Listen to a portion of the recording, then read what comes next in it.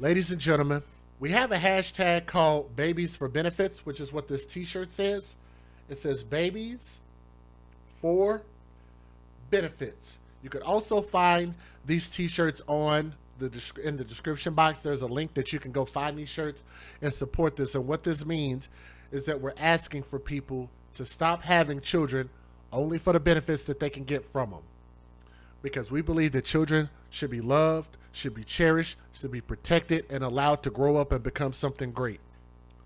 The individual, that young man that y'all see on my screen right there, has done something to a child that is so similar to all of our stories. So that young man, this is a 27-year-old woman. Oh, my bad. Sorry about that. Okay, sorry. Female. She look like a dude. Anyway, this 27-year-old woman is charged with second-degree murder after police said that she allowed her 7-week-old son to starve to death 2 months ago in Warren. That is just a hateful individual. For anybody would allow a child to starve, like I said, I think that deserves life in prison, the death penalty. I don't think that person should ever get another chance in this life.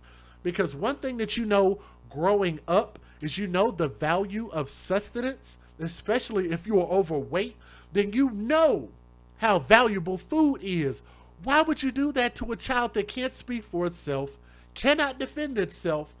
What is a 7-week-old baby supposed to do to be able to fend for itself in this life? How's a 7-week-old baby supposed to go out and go get food, go work, go move around, let alone even walk? Where does a 7-week-old baby get food from? Oh, that's right. It depends on this individual who chose to have this kid only for the benefits that that idiot could get from this kid. Her name, or his name, her name is Shantavia Carolyn-Lolita Hayden, and appeared for a hearing in Thursday in 37th District Court in Warren, where Judge John Chimura denied a request by her attorney, Randy Rodnick, to lower her $1 million bail to a reasonable amount so she could possibly post it and be released. Don't get mad about that. It's just an attorney doing their job. But no, she absolutely should not get a lower bail. Matter of fact, every time she asks for a lower bail, I think they need to make the bail go up. The kid is dead. Her bail should go up really high. Now, that's like having no bond, he said, of the $1 million figure. It's not something within reason, and I do agree with that. He noted she is close to her family and would stay with her sister and mother in Detroit. Her other children are being cared for by her family. Her other children are being cared for by her family. Her other children are being cared for by her family. Bruh, my dude, what? First of all, where are the biological fathers? They're not around. We don't know what's going on.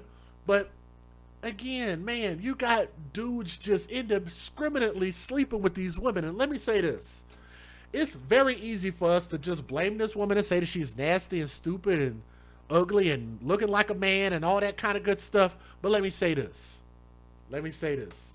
Let's put the responsibility where it needs to be. Yes, she should be sterilized. But let me say this. Men also need to be held accountable for continuing to give up their seeds recklessly to any woman and every woman. Not every woman deserves your seed. Not every woman deserves to have any penis. Right? We got to start putting some of the onus on men. How many of y'all out there agree with what I'm saying? Because if this woman were not given the seed, she bears no fruit.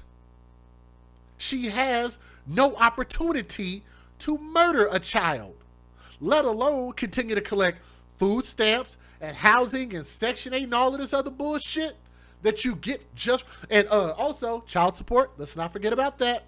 A lot of women out there love to cry and complain about some damn child support when that's the only reason that they are sleeping with these men, is to make sure that they can lock in for that child support. Not all, but too fucking many. Men got to we got to start holding men accountable as well. And we got to start teaching our young men that your sexuality is valuable. Your seed is valuable. Stop just giving it to any freaking body just because they offer you some ass. That's retarded. Let's move on before I get mad. Her other children are being cared by for her family. I don't know if they said how many, but Chirma agreed with the assistant of Macomb County prosecutor, Colleen Warden, who said that her office was vehemently opposed to her release, though Hayden has other children. They didn't say how many. Obviously, she's a danger to society. She should not be allowed to be around other people, especially children, and I agree. Warden told the judge in the remote video hearing held over Zoom. She's clearly a flight risk, yes she is, with the seriousness of the charges and sort of being a transient person. Hayden lives in Detroit, but was staying with her sister at Warren Manor Apartments off DeQuinder Road, north of 8 Mile Road, according to a report compiled by Warren Police Lieutenant Dave Chris. To give her sister a break, Hayden and her children went to the Red Roof Inn to stay the night for the weekend of October the 10th through the 11th, Chris said.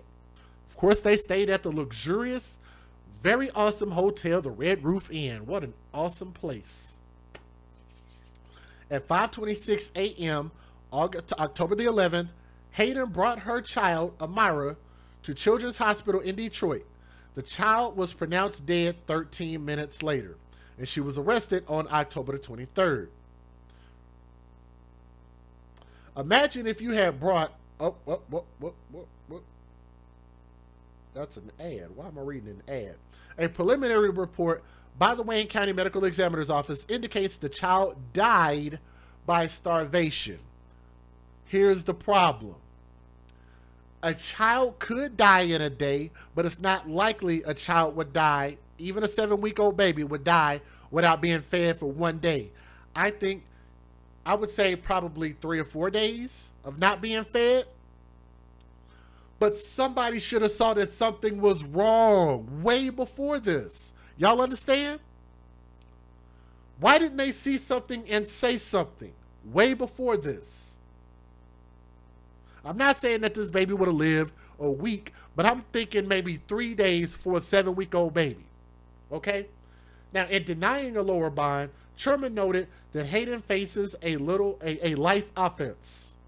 The defendant's risk of flight, I think, is something that has to be considered because the defendant is charged with an offense that is punishable by up to life in prison. Hayden spoke up and denied she is a flight risk, saying that she has strong family support and had a job before her arrest. No, she don't. She don't have strong family support, because if she did, why didn't her family help her with this 7-week-old baby? Where's the father of this 7-week-old baby? You mean to tell me that the dad in 7 weeks then already boned out? He gone? Huh? In 7 weeks? Less than 2 months? He didn't want to have nothing to do with this kid in 2 months? But how do you have strong family support in 7 weeks and nobody noticed that this baby was being starved out? She also mentioned that her doctor was supposed to write a letter about what I was saying was true about my baby going to the doctor. She did not elaborate. Rodnick also sought release due to COVID-19 outbreak at the jail, at the county jail where she's being held. She said, or he said, she risks contracting the coronavirus and getting sick and perhaps dying. 1/4 of the jail's 550 inmates nearly 2 weeks ago had contracted COVID-19. Maybe that's not a bad thing for her to contract it. put her in a cell by herself, let her contract it, and then put her in a cell by herself, and then don't give her no food or water. I think that would be an appropriate sentence. But let's move on. But Warden noted that the percentage has decreased and a lot of different steps have been taken by jail operators to reduce the number of sick inmates. Sherman said being freed from jail may be more dangerous than staying behind bars, and it is. There's perhaps a greater chance of her contracting it outside of court, he said.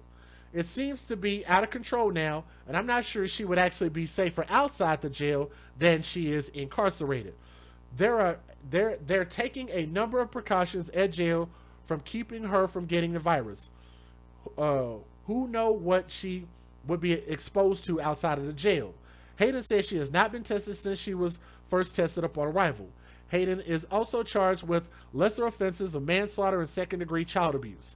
The case is scheduled for January the 7th, probable cause conference. So January 7th is the next court date, and that's coming up here in less than 2 weeks. But if you ask me, I know not everybody is in jail is guilty. I know not everybody in jail deserves bad shit to happen to them just because they in jail. But what I will say is if a person has done something that caused themselves to be in jail and they pose a risk to the rest of us, then why are we talking about and releasing people from jail for murder, for abuse, for robbery, for stabbing, shooting people? Like, it's just, no. Deal with it.